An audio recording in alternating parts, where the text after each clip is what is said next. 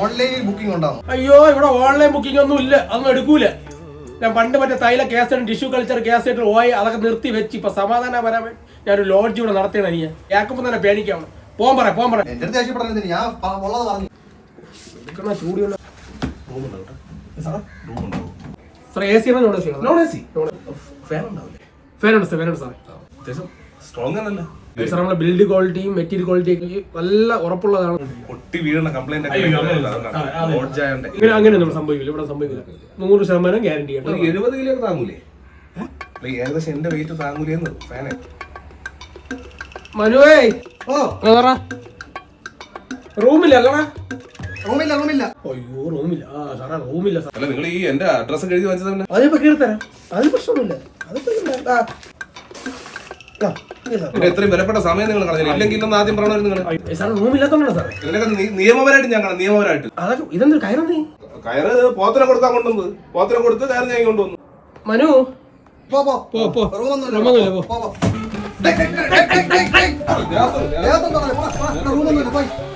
എവിടെന്നാ മനു നീ പിടിച്ചോണ്ട് വരണ? നീ ഇവനെ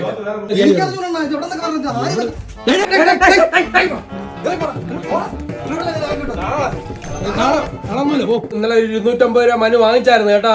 റൂമുണ്ടാവും.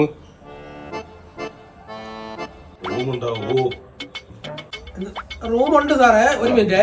സീലിംഗ് ഫാൻ ഉള്ള റൂമൊക്കെ എടുത്തോളേ. സീലിംഗ് ഫാന്റെ സ്വിച്ച് കംപ്ലൈന്റ് അതാണ്. അത് വിഷയമില്ല, നമുക്ക് കണ്ടാ മതി.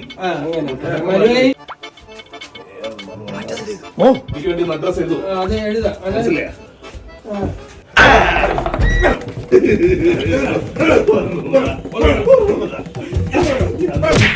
എന്താടാ മനു കണ്ണോട്ടിച്ചൊരു ഈച്ചൊരു ആത്തുര കിടക്കൂല. ഒരു മനുഷ്യ കിടന്നല്ല രണ്ടുപേര്. വേണം റൂമുണ്ട് വേണം. എ സി ആണോ നോൺ എ സി ആണോ വേണം? നോൺ എ സിയിൽ മറ്റേ ഫാൻ ഉള്ളത്. ടേബിൾ ഫാൻ അല്ല, സീലിംഗ് ഫാൻ.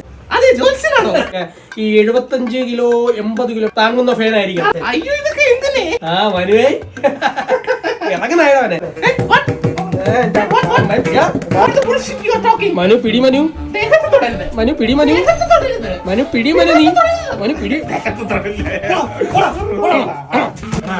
ഇത്രയും മേത്തോർ ചെയ്തിട്ട് നീ ആ കയറ് കളയാനുള്ള സാമാന്യ ബോധമെങ്കിലും കാണിക്കണ. ചാവാൻ വന്നിരിക്കണത്.